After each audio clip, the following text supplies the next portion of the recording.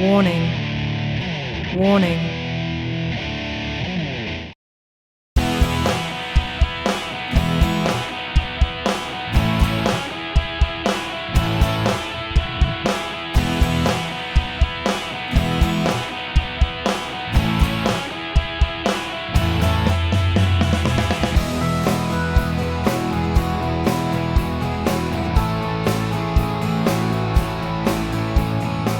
Hey, welcome. I'm Bob with Laguna Tools. I'm in the filming studio at Laguna Tools in Irvine, California. Now I'm standing next to a Laguna Smartshop 2, and it's our most popular cabinet making machine. But this video is not so much about this machine. This video is designed to help you make the right decision and go through all the information that's available about becoming a CNC cabinet shop. This video should really be titled, Yes, You Can Have It Both Ways. And here's why. There's a lot of information floating around, especially on the internet, about cabinet making and CNC that would lead you to believe that you don't have to know anything to make cabinets. And that's partially true, and we're going to look at that approach. We're also going to look at the other approach, what it takes if you want to be a custom cabinet shop. So this video is going to hopefully unpack all that and help you make the right choice. Okay, if you call me and wanted to know about advice on establishing a CNC shop, first thing I'd ask you is who's going to run the machine? Now think about that. Now there's two possible answers here typically. I'm going to pay an employee to run the machine, or I'm going to run it. I'm a small shop and two of us are going to run it, or I'm going to run it, because that makes a huge amount of difference on which path we go. This road forks two ways, and the answer to that question determines which fork we take. The most important thing about a cabinet shop is making money. And your goal should be to be the low-cost producer, because most of the time the low-cost producer is going to get the business. So everything should be framed in that philosophy. All right, think about this. CNC gives you technology. Technology allows you to control the shop floor from the front office. You don't have that now, most likely.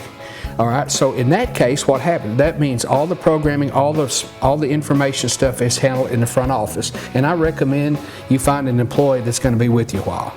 Okay, now let's shift to the shop floor. What is the role of the machine operator? The machine operator basically loads a machine, executes a program, and unloads it. That's all he does, or he or she does. That's it.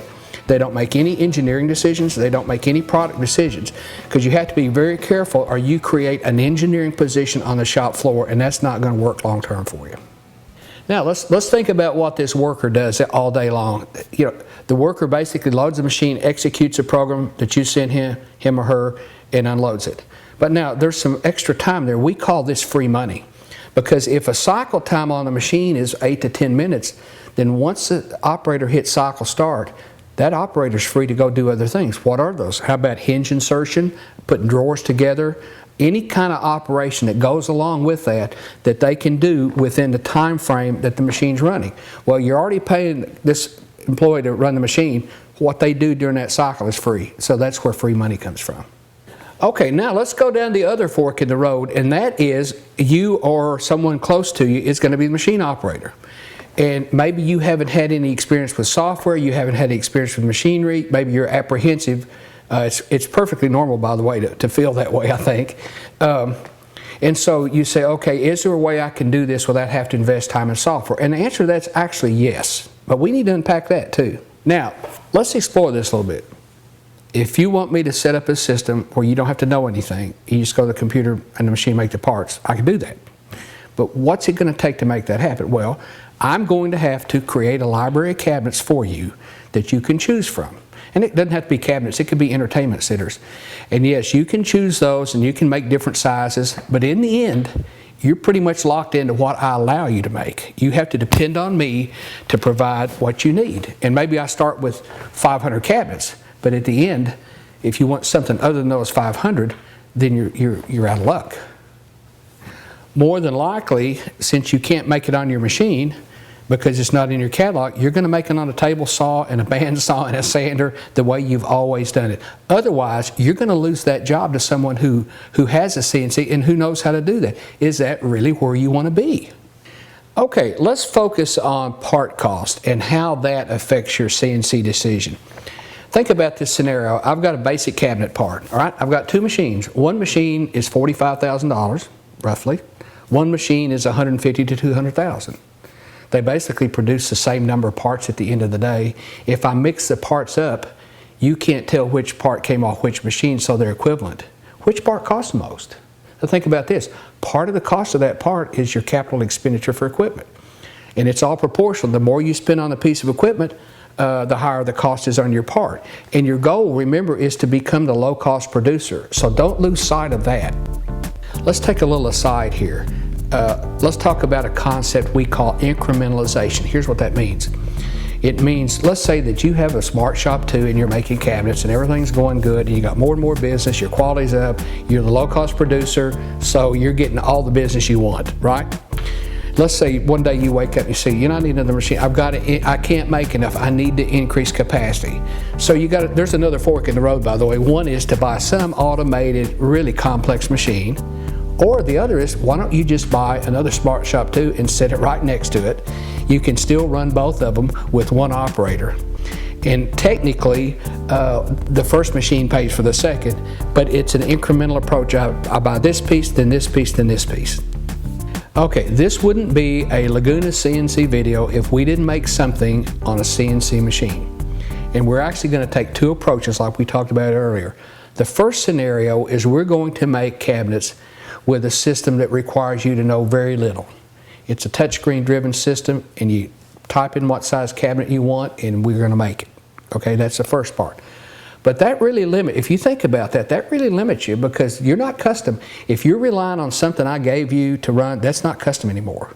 But those custom jobs are going to come along. So our second portion is going to be actually machining an entertainment center that was once again designed in the software. It required a little bit more knowledge in the software, but when you put all that together, you have a really, really fine company.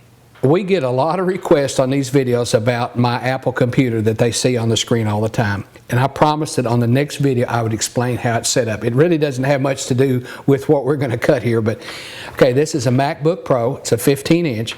Of course, it runs the Apple operating system. Okay, now unfortunately, a lot of the programming products that we use don't run on that, don't run on a Mac. So here's what I've done. I have a separate partition that I created with Boot Camp. If you own Macs, you know what that is, and I installed Windows 8.1. Okay?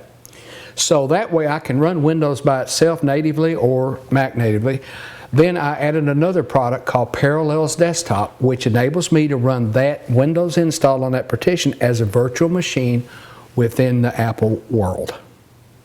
Having said that, we're going to deviate a little bit from the norm, and that is I'm going to close up this MacBook Pro because that's really my front office computer, and I'm going to add another piece of technology that's fairly new that gives us some really unusual capabilities, and that's a Surface Pro. All right, let's open this up. It's got the little keyboard. It has a 12-inch screen, has a little kickstand here. The beauty of it is it's Windows 8.1, and it runs all of our Windows programs. Okay, before we go out to the machine, let's talk about the software that has enabled me to do all this, to give you both paths, and that's Mosaic. You know, we did the original Mosaic video when it was just being introduced to the industry, and it's been a tremendous product, and our customers have been really successful with it. In fact, Mosaic gave me the idea to use the Surface Pro because they actually have an app that allows you to go on the job site right there with that screen and enter all the data. So we're not going to do that today, but it gives you that capability. And once again, it's also a touchscreen, so I can walk around and actually run the machine from that wirelessly. So it opens up a new world, and it starts to change how you view what it takes to interact with a machine. Okay, I'm going to fold this tablet up, and I'm going to take it over to a workstation I have in the shop. Having a touchscreen monitor really changes the experience in Windows 8.1. I could actually do everything we need to do off this. But since I have a workstation here with a nice big touchscreen monitor, I think I'll hook it up.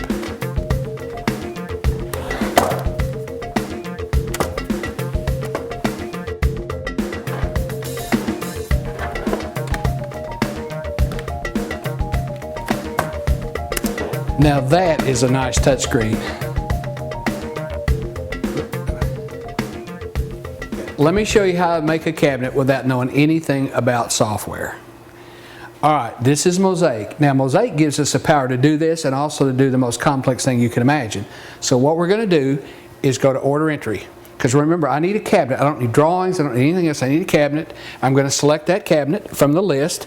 I'm going to pick a pair of door single cabinet, and I'm going to drag it up here. Right? All I have to do is type in the size. Instead of 24, I want it to be 23, and I'll type it in right here. All right, now I'm ready to, and once again, you would type in everything for your job. That's how you create that. And then once that's done, I hit this button, and that switches us to the optimizer. Optimizing means nest. So what it's going to do is actually nest those parts for me. Let's make this larger so you can see the screen. I hit optimize. And there's what the nest looks like. And the next step is to generate the code and send it to the machine. Now we've got all this part done, I'm just going to use the Surface Pro for the rest. We're going to cut our cabinet on the Laguna Smartshop 2. It features an all-welded steel base frame. That's why it's so accurate, and that's why the edge finishers are so good. The Gantry system, once again, shares a similar design. All the motion control on the machine is controlled on precision guide rails, which are the best in the world, and we use helical racks. These machines feature our universal vacuum table. It has 6 separate zones for special setups, and it also has a T-slot feature. This particular configuration features a 4x8 table and an HSD spindle with an automatic tool changer that holds 8 tools. Additional table sizes are also available in this machine configuration. These machines also feature centralized oil lubrication. One of the reasons the Smartshop 2s have been so successful is the controller. We did a joint project with B&R Automation in Austria, and if you don't know who that is, they're a $500 million control company. And our whole goal was to try to create a user interface so that the machine operator didn't have to have special training or didn't have to have a CNC background. Now, earlier we talked about the role of a machine operator that you might hire. That person's job is basically to load the machine, execute the program, and unload it. That person's interface to the machine is this touchscreen on the control. That's all it requires. Now, let's carry our controller discussion a little bit further. If you recall earlier, I talked about if you have 2 machines that produce the same part and you can't tell them apart, which part costs the most, and of course it's the part where the machine tool costs less. Now, here's a big secret about this industry.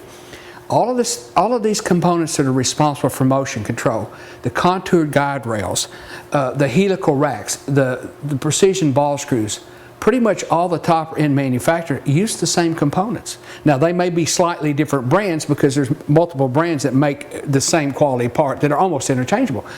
That's why the parts are so good off these. Okay, let's turn the machine on and let's make a cabinet.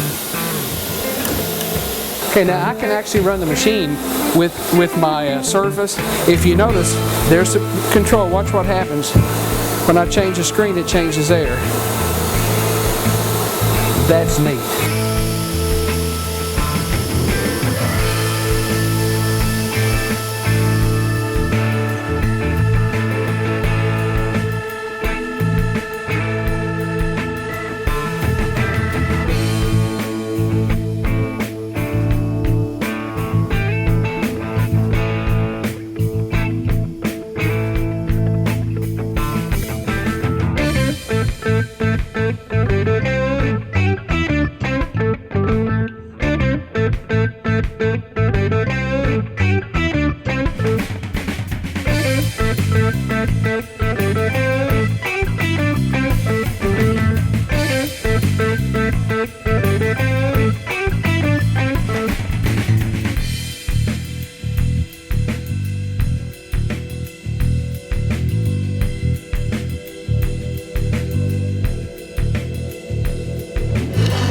That is a beautiful piece. Boy, the edges are perfect. You won't find a better edge on any machine than you find on this. Okay, let's make sure this fits our dados. That's pretty good. Let's bring this back. That's a perfect fit. Isn't this an easy way to make cabinets? And I didn't have to know anything about software. I just needed to know what size cabinet I required. Now let's put this cabinet together.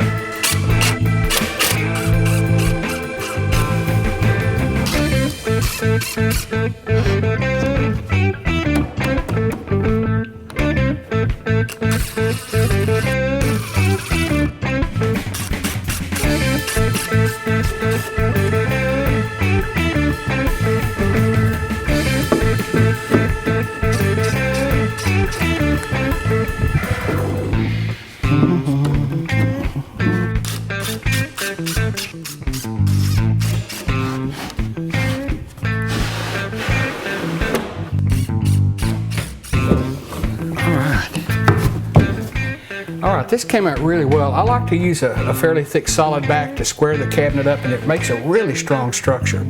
It took about 8 minutes and change to machine this and a couple minutes to put it together, so this could be your first cabinet on a CNC. Now, you know, you can make cabinets like we just made as long as you want to. Once again, you're using order entry. There's an extensive catalog built in that gets installed when you install the software, and that may work for a long time for you. But the shortcoming is going to be customization if you're a custom shop, because customer's going to come in and want something that's not in anybody's library because her friend has it, or maybe it has to be a different size. So eventually you have to address it this way. You're either going to make that on a table saw with manual tools, or you're going to say, you know, I can teach this software to do that. Okay, let's step back a little bit now, because we basically started out focusing on how we can make cabinets without really a great knowledge of software. But let's step back. We've demonstrated we can do that. Now, how does software fit into your business?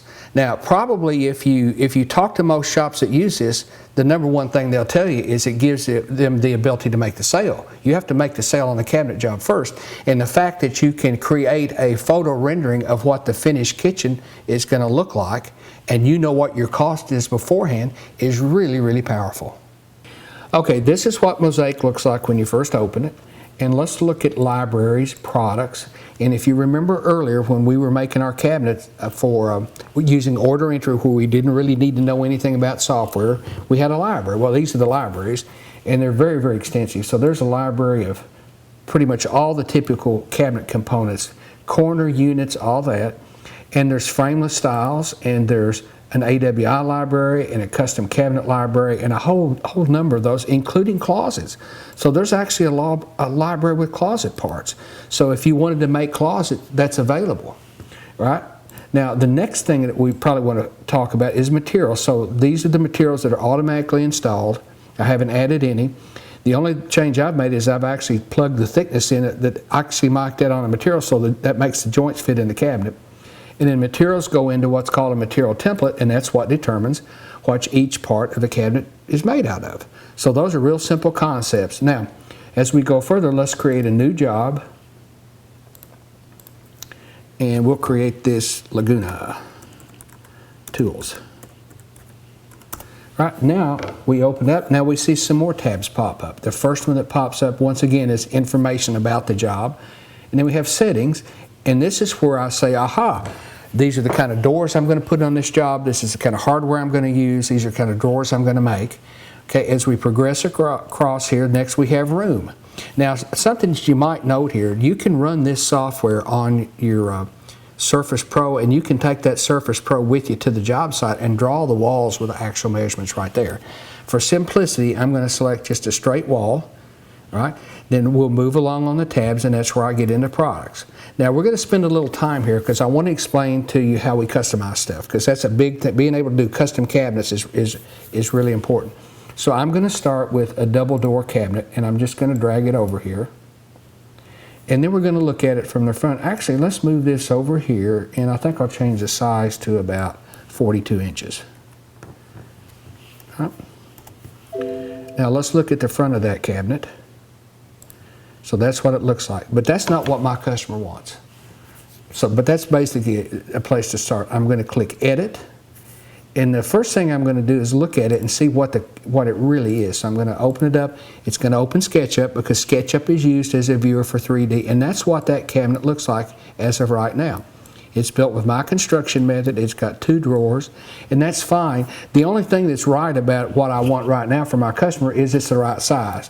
I can x-ray it. You can see inside it's got all the construction. So let's go into this cabinet and let's do what's called sectioning. That's where we begin. That's customization. Click on face. All right, now the first thing I'm going to do is clear it. Now you remember I told you earlier that it's a volume. Okay, now let's look at it. And you'll see a cabinet is really a compartment. It is a compartment that holds certain parts. All right, so now we're going to say what we want for those parts. So now when I normally section the face, so I'm going to click the opening, and I'm going to say I need a parallel. And let's say over here, I'm going to make a drawer stack. So I'll put a drawer here, and maybe we'll put another one. And see, these are drawers. If I select them, it says it's a drawer. So now I've got a drawer stack. Right? And then I've got a door here. I think we'll probably put a partition there, but let's wait. Let's see what it looks like. So I'll come over here. Once again, I want to see what it actually is going to look like in 3D. All right, that looks pretty good. Yeah, see, I can see inside there. So I really need a partition between this opening and the, yep, I like that. So I'm good there. So we'll come back over here. Now, a partition is an inside component. So I'll click Interior, and I'll click right there, and I'll put that, and that becomes a partition. Okay, let's validate that. We call this visual validation, because visually we'll x-ray that. There it is, there's my partition, perfect. Now I've got a compartment here. Let's put a shelf in there. Mrs. Jones wanted a shelf. So we'll select this, a shelf is a horizontal member. I'll click on this, and then a list comes up. I'm going to make an adjustable shelf. Now, when I make an adjustable shelf, the holes for the adjustment should be there with it. So let's validate that. And let's look inside, and there they are. So there's my shelf and there's my holes. Everything looks good. Okay, now I like that, but now let's do something else. Let's shape this cabinet. So now what I want to do is I want to say Edit Shape. Okay, I'm going to select that corner, and I'm going to say make it a radius of 6 inches. Hit OK, OK. Now let's validate what we just did.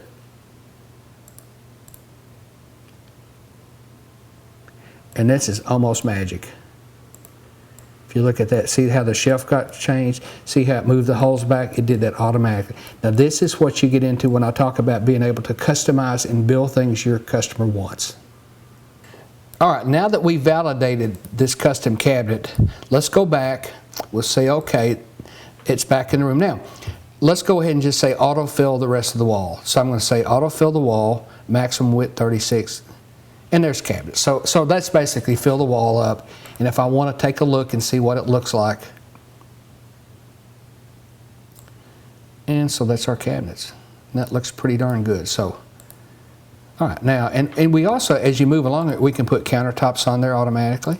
So we can say add top, or auto, we'll just tell it to auto build tops. Right, if we look at that, if we visually validate that, there's the countertops. And it does the same thing with moldings. Once again, we're moving along the tabs, and I'm going to say automatically mold. Let's put ceiling mold on, let's put a crown on there. Hit OK. Once again, we'll visually validate what we just did. There's our molding, there's our crown, perfect. Okay. We move along the tabs. Now this is order entry. What if, now here's all the cabinets. So these cabinets have already been filled out here and created. Now I could add another cabinet if I want to. I said, holy cow, you know, I forgot something. The guy next door needs a base cabinet. So I'll just drag it down here, and he told me he needed it 28 by 20 inches deep. So I just added that. It's not going to be in a presentation to their customer, but it's going to let me bring it in and make it. Then as I come along here, this is where you get into pricing, and when you get all this filled out, that gives you a quotation. And then here, as we go into CNC, this is where we get into it. First we do cut list, and this of course is a list of all the parts. Then we hit optimize, and now we're going to nest the parts. And this is really the magic part. Okay, here's the information on the material. There's that thickness that we put in. So what this is going to do now is figure all those part shapes out and nest them. So I'm going to say optimize, and it works all these possible, and there they are. So this is the first sheet. Okay, you can see all the joinery. Wow, look at the yield on this. Let's look at the next sheet. Yeah, oh hey, there's our curved parts that we did. Wow. Okay, let's keep going through there. Yeah, there's no waste at all here. Ah, here's a little bit of waste. So let me show you what we can do. I can click that and say, just cut me a remnant out of that. And now I'll have a rectangular part that I can use for something because I can measure it. If I had a lot of these, I could actually use those in the next job. Here's another one. Here's a good one right here. That's a good place to cut a nice remnant out of. Another one. So I'll be able to use those pieces later. Yeah, great.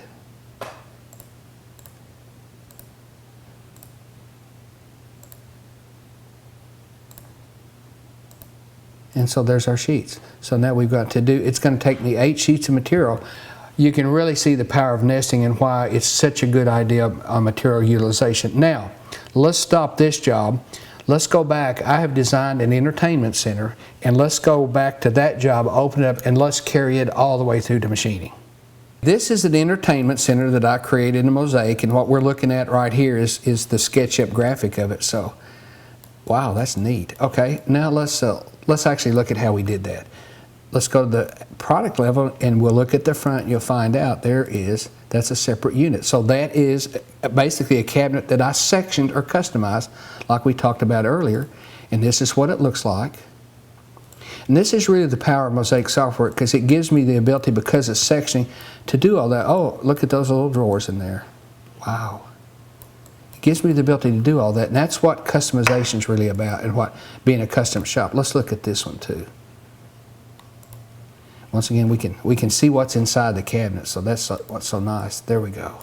Yeah. And it's our construction method, so I'm going to screw the part of it together, the unfinished ends. That looks really good. Okay, I'm happy with the design. Everything is exactly what the customer wanted. Let's make this. I'm going to optimize. Okay, everything matches there. Let's review the nest. Perfect. Yeah, there's all my joiner. It's right. There's the first sheet, second sheet. Wow. That looks great. The yield is very good. Now here, this piece right here, I'd probably do a remnant, just because I can use that for something in my shop, I think. That's it. So that looks great. So now I'm very happy with all of this. All the parts look right. I'm going to make G-code for it. Say G-code, generate G-code. It's going to batch process it.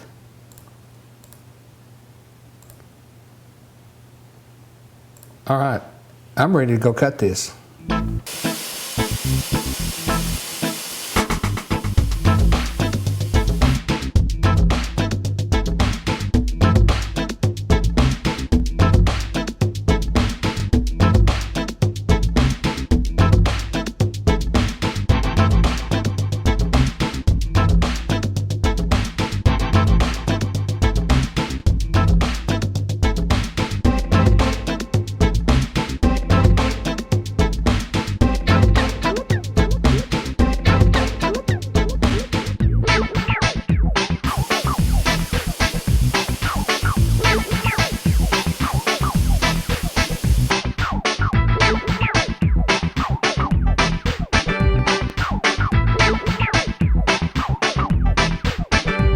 All right, let's assemble this.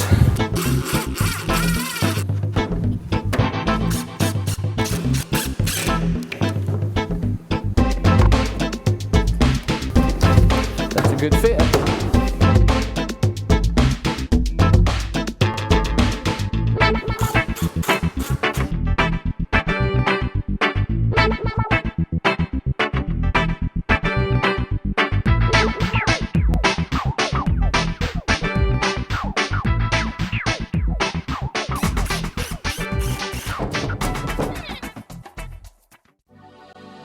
When we first started this video, I said this should really be titled "You Can Have It Both Ways," and we explored two different paths of using CNC in a cabinet shop. One was an approach where you really don't have to know anything about software. You just need to know what size of cabinet you want, and we punched some buttons and we made a cabinet and we assembled it, and this was it. Now we said, okay, once you get to a point where you want to do more things with the router, then you can start making more complex products. And we undertook making an entertainment center. Now let's see how it came out. Okay, this is our entertainment center. This is what we designed on the Mosaic software, and we output it. Now, what this represents are the parts that you would typically make from panel materials on a CNC router. All right, now you could make more. We could, for instance, have MDF doors and things like that. But we wanted to keep it basic, so these are the carcasses. Now, this product happens to be a face frame product because the customer wants face frames, so we'll create those and apply them. Now, you can also basically do this as a frameless cabinet. Now, if you notice, all the shelves are cut. Now, glass shelves go up here so you don't see shelves there. The amazing thing about this is the total machining time from what you see was 1 hour. So we basically cut this whole entertainment center out of about 6 sheets of plywood in 1 hour. Now that's something. if you want something with software that you don't really have to learn anything, you can make base cabinets. But if you really want to take advantage of what the machine will do for your business, this is the future. You know, the nice thing about using Mosaic software for what we're doing is you can start from the front end and make cabinets from almost day one. And then at your own pace, you can decide when you want the ability to do this. It's really your choice. That's as good as it gets. Hey, thanks for watching. I hope you enjoyed the video. We had a great time producing it for you. If you have any more questions, you can call Laguna Tools at 1-800-234-1976, or you can find us on the internet at www.lagunatools.com. Thank you for watching.